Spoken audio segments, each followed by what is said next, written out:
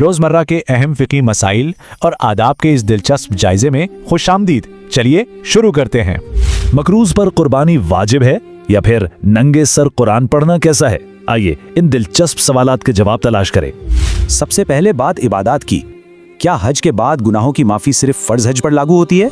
दरअसल ये ज़बरदस्त फजीलत हर मकबूल हज के लिए है, चाहे वो फ़र्ज हो या फिर नफल। अब सवाल ये है कि अगर तवाफ़े काबा के दौरान अचानक बाजमात नमाज का वक्त हो जाए तो क्या करें? इसका हल बिल्कुल सादा है। तवाफ वहीं रोककर नमाज पढ़ें और फिर उसी जगह से दोबारा शुरू करें। सफ़र की बात करें तो वापसी पर मुसाफिर इशा की नमाज पूरी पढ़ेगा या कसर? एक अहम बात, जैसे ही शहर की हुदूद में दाखिल हों नमाज पूरी पढ़नी होगी, चाहे घर ना पहुंचे हों। माली मामलात भी अहम हैं। 50,000 कर्ज हो और कमेटी निकल आए तो पहले कर्ज दें या कुर्बानी करें?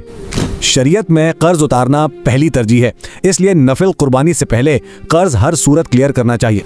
कुर्बानी सिर्फ उसी सूरत वाजिब है जब माल इन तमाम बुनियादी ज़रूरियात यानी हाजत असलिया से ज़्यादा हो। रोज़मर्रा कामों की बात करें तो क्या जुमा की नमाज के फौरन बाद कारोबार करना जायज़ है? जी हाँ, बिल्कुल जायज़ है। कुरान पाक में नमाज के फौरन बाद रिस्क तलाश करने की वाज़ेह तरगीब मौजूद है। समाजी आदाब में एक अहम नुक्ता, अगर कोई नामहरम औरत छींक कर अल्हम्दुलिल्लाह कहे तो क्या जवाब देना चाहिए? यहाँ उम्र का फ़र्क है। बूढ़ी खातून को आवाज़ से, जबकि जवान औरत को सिर्फ दिल में जवाब दिया जाए। नामों के हवाले से एक ज़बरदस्त सवाल, क्या किसी का नाम मोहम्मद अब्दुल्ला रखना बिल्कुल ठीक है? 100% दुरुस्त। अब्दुल्ला का मतलब है अल्लाह का बंदा, और ये हमारे नबी करीम की बेहतरीन सिफत है। अकायद के लिहाज से क्या हमारी आम गुफ्तगू में अल्लाह वारिस कहना शरई तौर पर जायज़ है? जी हाँ, ये बिल्कुल जायज़ है, क्योंकि अलवारिस दरअसल अल्लाह ताला के इंतहाई खूबसूरत सिफाती नामों में शामिल है। आखिर में तिलावत की बात करते हैं।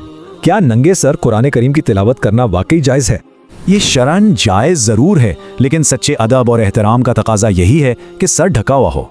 तिलावत की बेपनाह बरकतें समेटने के लिए इन मखसूस और मुस्तहब आदाब का ख्याल रखना निहायत शानदार है। तो फिर इनमें से कौन सा अदब सबसे पहले अपनाकर हम अपनी आदात को इबादत बनाएंगे?